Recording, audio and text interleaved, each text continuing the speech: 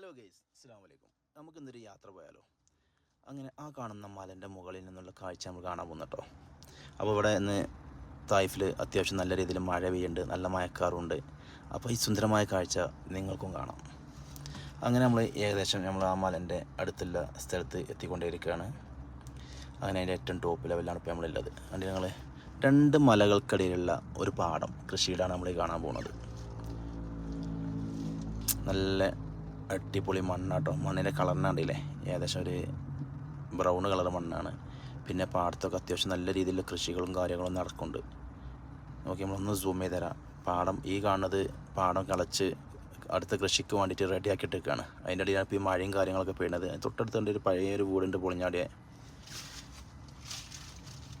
അങ്ങേ മലൻ്റെ സൈഡിലതാ ആ വീടുകൾക്കിടയിൽ ഒരു പള്ളി, വലിയൊരു പള്ളി.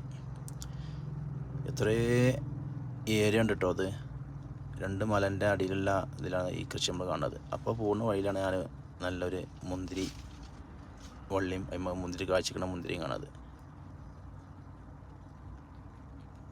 എന്തല്ല നല്ല പച്ച മുന്തിരിയാണ്. ഒന്ന് പൊട്ടിച്ചിട്ടൊന്ന് കഴിച്ച് നോക്കാം, നമുക്ക് എന്താ അവസ്ഥ അറിയാലോ.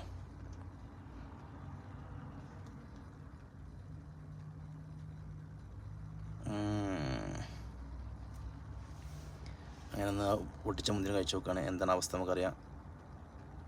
എൻ്റെ അമ്മോ നല്ല പുളിയാട്ടോ. അപ്പോൾ അച്ച മുന്തിരി ഒരു പുളിക്കൊരു